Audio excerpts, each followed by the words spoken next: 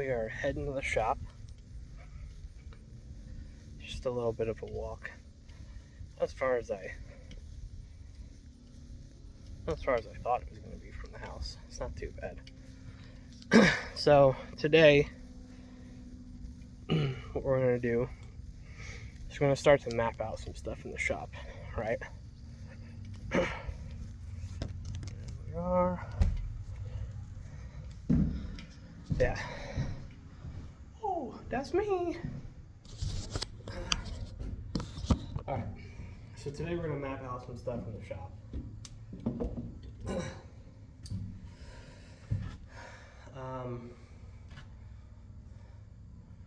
I need to go through and measure as much as I can around here, because the plan is to take this entire thing, build it in Fusion 360 with exact measurements of everything. That way we'll be able to go through and figure out, is this tool too big for the shop before we go out and buy it, or would this workbench fit, if I cut a foot off here and extended it in this direction. It's basically a super simple way to build your model, your structure in a digital environment, so that you can see everything you need to see before you go through and spend the money and do all the extra work for it. So, got the notebook, tape measure, pencil. So we are going to start measuring.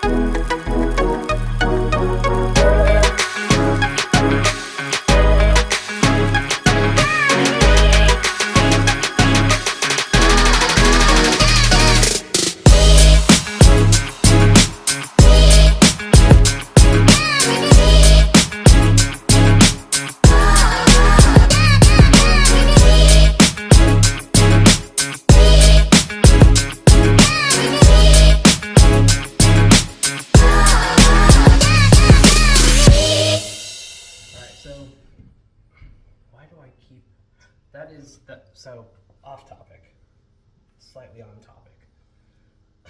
I am realizing quickly that is my biggest tick, is I always start the video with "alright, so," even though I know that this is going to be multiple videos cut into one long video, so it just seems like every single cut I'm just alright, so I gotta fix that. I gotta think of a new thing to say. But went through and measured a decent amount of the shop. I'm gonna have to get the ladder in here to do the ceilings. I'm gonna have to get figure out the angles of these. I would guess it doesn't quite look like 45, but honestly it might be 45. Maybe I'm stupid. Maybe it's 45. And the reason why I'm doing this is, in addition to building the model in Fusion 360, the other nice thing about Fusion 360 is you can start to price out your materials ahead of time. So if you know that you have, a wall that's 6 feet long and 8 feet high, you can put those measurements in. You can block out where my studs are and everything, and you can essentially make panels, like your drywall or sheetrock panels. And you can get a count of how many of those panels that you will need for everything, not just the easy walls like the ones on the back, but going through and getting a cut for the bottom of the window, the top of the window, this weird entrance here where it scales up. This spot back here, which I am not sure how I'm gonna go about that. That'll be interesting. Might have to cut 2 pieces, slide one this way, slide one that way. I definitely forgot to measure the height down there and the height up here. Oh, that's gonna make it interesting. I didn't realize that that was there. I'm gonna have to work around that. Anyways, so as I'm going through and I'm building all of this in Fusion 360, I no longer have to guess, oh, well, I think I need 20 drywall sheets. And those 20 drywall sheets might get me enough to cut. No, I know exactly how many I need because I know I have to make cuts for the walls, make special cuts for the windows, make cuts for back here, make a weird cut for this support beam under the workbench. So it makes your life as a maker easier and more cost effective. So you're not going there and saying, oh, well, let me just buy 42 by 4s, when in reality you only needed 30, right? Now, so, sorry, got a little sidetracked. The next thing, let me grab my book real quick.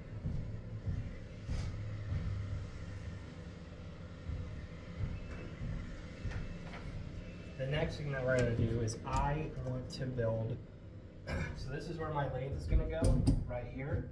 Good height for me to stand up and do all my work. However, I'm not just making rings on the lathe. I'm going through and I'm actually doing, you know, silversmithing type work where everything has to be very controlled, very precise, and you want to be comfortable, so you want to be sitting down. The problem is if I sit down here, it's too high. This is too high for me to sit at.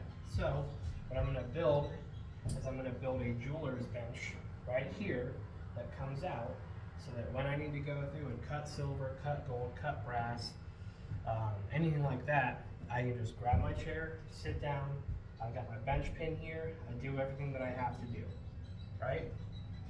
I think what I'm going to do as well is maybe on this wall, so I can have this whole area be ring making. What I might have on this wall is actually over the sheetrock, I might actually put metal, like aluminum or steel or something here, because with silversmithing and all of that comes annealing and other words that I can't think of right now. If I had a blooper reel, that would be on one of them. But essentially using a giant propane torch in a wooden building. I don't want there to be the risk of, you know, that torch fire hitting the sheetrock or the drywall and catching. So putting a steel plate down here will protect against that, right? So for the jeweler's table, typically what you want, start from this side.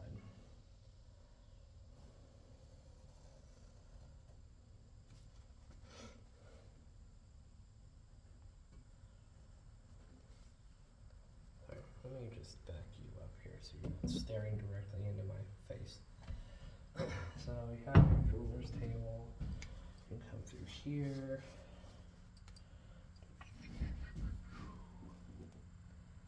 That way, like that.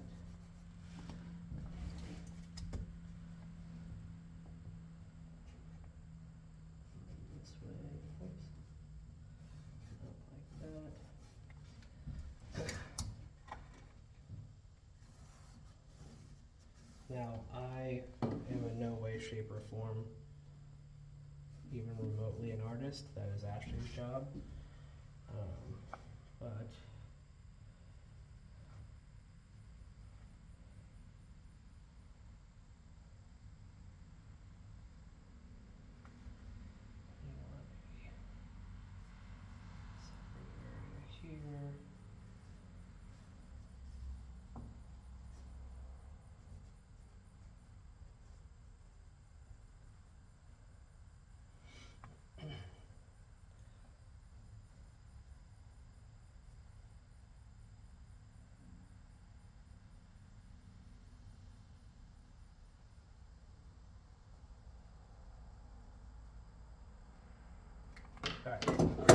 So, I know, garbage.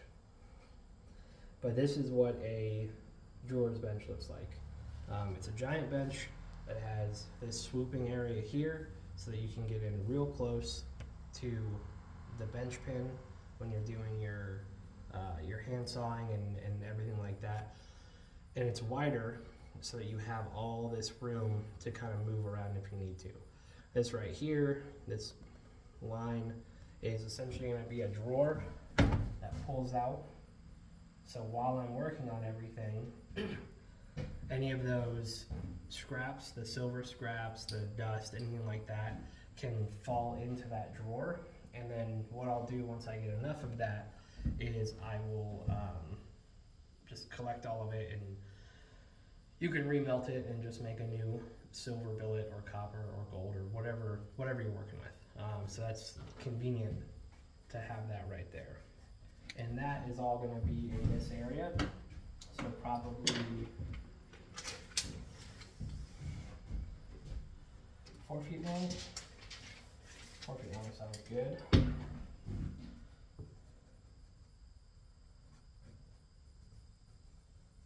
But what I really want to do is I want to be able to stand here, do all my lathe work, and not be standing or leaning up against that bench. So I have to have a way for it to slide backwards, which means the bench needs to at least be 16 inches long at its widest. But honestly, if it's wide enough, if it's 4 feet long and it's wide enough, I can get away with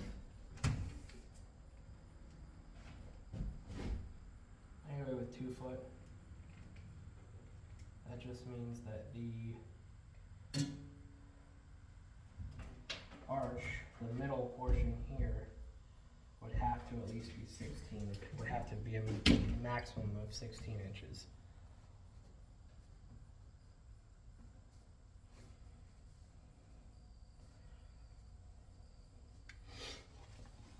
So that's what we're looking at here. And again, this is another thing that I can go through and I can build in Fusion 360. Get the height real quick. Height will need to be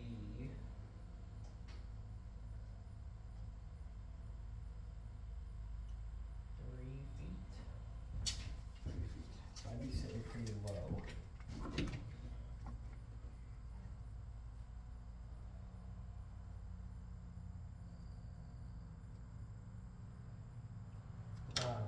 But again, I can go through and I can build all of this in Fusion 360. I can put all my measurements in. I can decide how I want to build it. If I want to do it out of bigger pieces of plywood or MDF, if I want to do it out of 2x4s, 1x6s, 1x12s, whatever. And then I can go through, and as long as I don't join all of those pieces together, it still treats it as individual entities of the piece. So you can go through and you can essentially ask for a cutout, cut list that you can print out.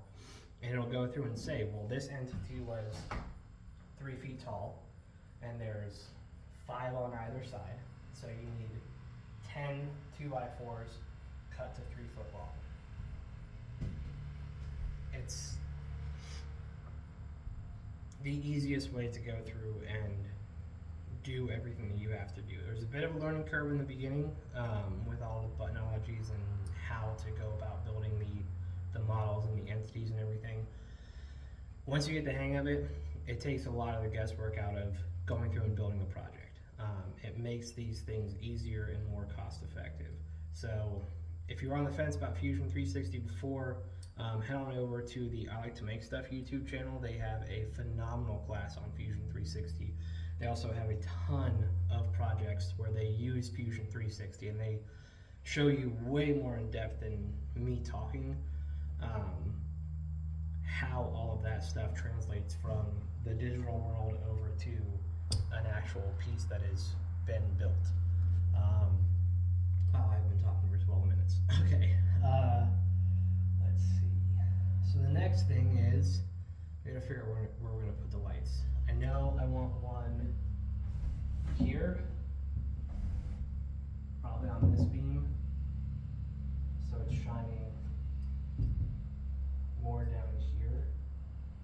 But I don't need a super powerful one right here, because I don't want it to wash out whenever I'm doing videos of rings and stuff.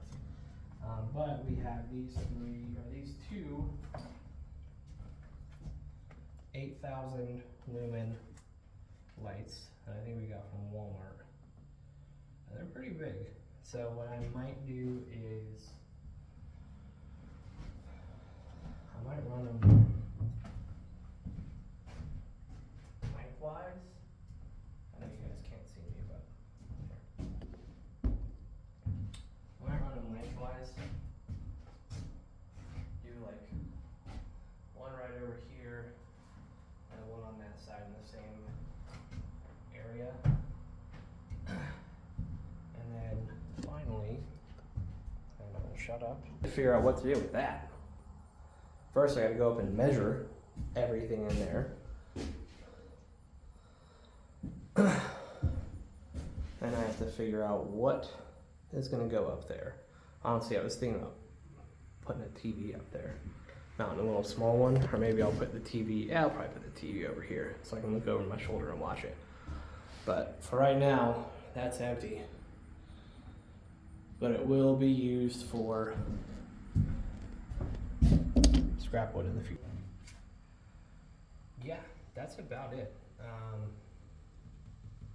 Not sure what else we gotta do. We got a couple more measurements, so let's go ahead and do that.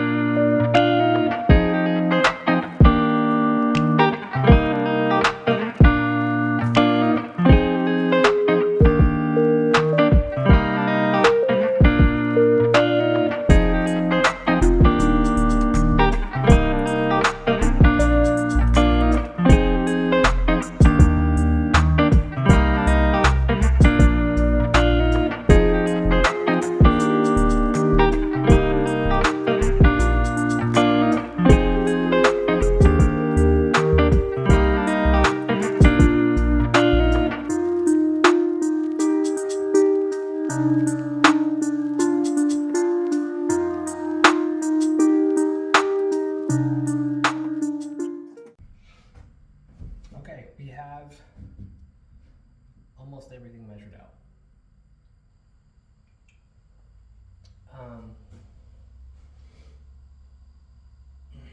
What I might do is I'll build the majority of the space in Fusion 360, and then what I'll do is I'll come back out with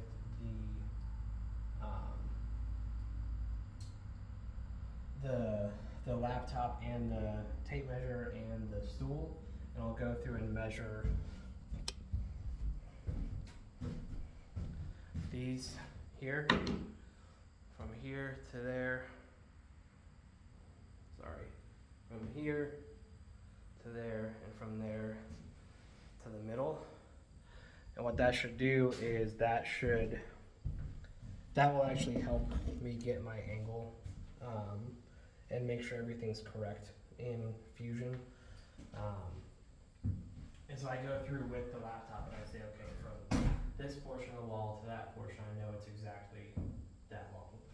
From this portion down to that portion, I know it's exactly that long.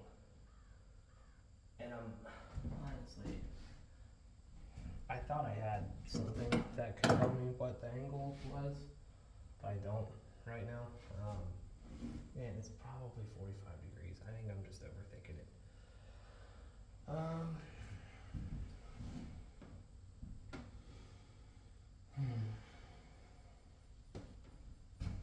I have a shop. I have a shop. And it is taking forever to get it to be what I want it to be, but I have a freaking shop where I can work. And I'm going to thoroughly enjoy actually building this shop out. Because before I just had a garage, so I just put stuff together as needed. The first bench was wonky. The top of that first workbench I had was our old dresser because it was sturdy and it broke off the top in one piece. So I was like, well, let me repurpose this to a workbench. But I'm excited to go through and take all of the things that I have learned over the past few years and put it into effect here with this shop. And I am so excited to bring you guys along for the ride. I always watch old YouTube. I watch, Bob over at I Like to Make Stuff, Bob and Josh and the crew out there. Dave Picciuto at Make Something TV, John Malecki, all those guys. And I started watching them a few years after they had already kind of hit it big. So I usually go back and rewatch the early days, the humble beginnings type thing. And a lot of them look very similar to what this is. So it kind of gives me hope that, just keep working at it and keep, building the following. Maybe, I don't know, maybe I'll do a Patreon. I don't know what, Patreon has levels. So you have to have something desirable at each level for people, maybe if there's like a, $20, $30 a month, level, then every couple of months I'll go through and just randomly pick one person from that tier to win something. A ring, a pendant, some sort of thing that I make. I don't know. If you guys have any suggestions for if I were to do a Patreon, what would you want to see as the tiers? Let me know. Drop them in the comments. I would love to hear them because I don't know what I don't know. So maybe I'm missing something that is desirable to people with this kind of content. But yeah, that is it for right now. I'm gonna go through. I'm gonna go inside, start building this stuff up in Fusion 360. Once it's built, I'll snap some pictures and post them to the Instagram. But yeah, if you like this video, if you like my last videos, do me a favor, like the YouTube channel, subscribe to the YouTube channel. The more followers we get, the more subscribers we get, the more stuff that we're able to do. I'm not monetized in YouTube yet, but that sort of stuff does help go a long way with the type of content that can be created here. I want to eventually start getting into crazier designs with, meteorite and crazy Damascus steel patterns and all of that. But we got to get a little bit bigger before we start, spending $500 on a rod of Damascus steel. I don't know if it's that expensive. I was going to say something else. Nope, no, it wasn't. Yeah, that's it for me for right now. You guys have a phenomenal day. I'll see you guys